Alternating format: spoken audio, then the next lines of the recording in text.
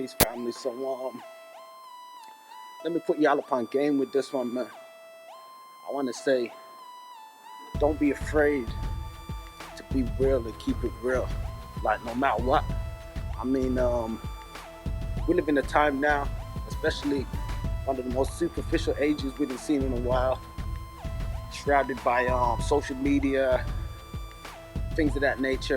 Everybody trying to celebritize themselves, everybody trying to glamorize themselves or put themselves over or be worshipped, adorned, all that sort of stuff. You know, some with good cause, mainly without. So I just want to say that everything ain't all perfect. When we think about advertising, one of the key reasons why they advertise stuff is to get into your mind and make you think about something that you don't have and convince you that you need it. So at the same time flaunting something that you don't possess. Now these things lead to jealousy sometimes, these things lead to issues, these things lead to people feeling insignificant. And especially in these times now, we see with the pandemic, when there's already so much struggle, pressure, and emphasis for people to be so-called succeeding or reaching certain things in society.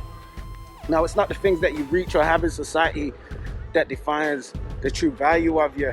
And I think a lot of that's been lost because, you know, we look around and we see so much wicked and corrupted people in such a grand chase for the finer things in life, for the material things, you know, to have more than others, to be able to flaunt what they've so-called got, to, you know, make their friends from school feel as though they've accomplished something now, and, you know, or they want to accomplish something over their family and say, I done better than you know, I got a little something. But I want to say, don't be afraid to keep it real, man. Everything ain't perfect, no such thing. Everything ain't all just happy moments and, you know, all the stuff that people want to show. What about the other side, you know? What about the difficulties, the obstacles? What about when things don't go right and you got to pick up the pieces and bounce back and keep moving forward?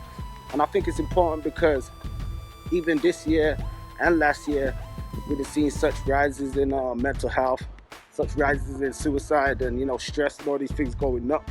Always going to be a stigma, and still is so much of a stigma around these things.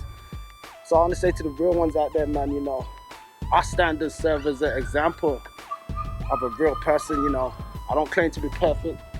I don't claim to have every single thing figured out. Well, you know, I've had moments in the past where I've been like, yeah, I got it figured out.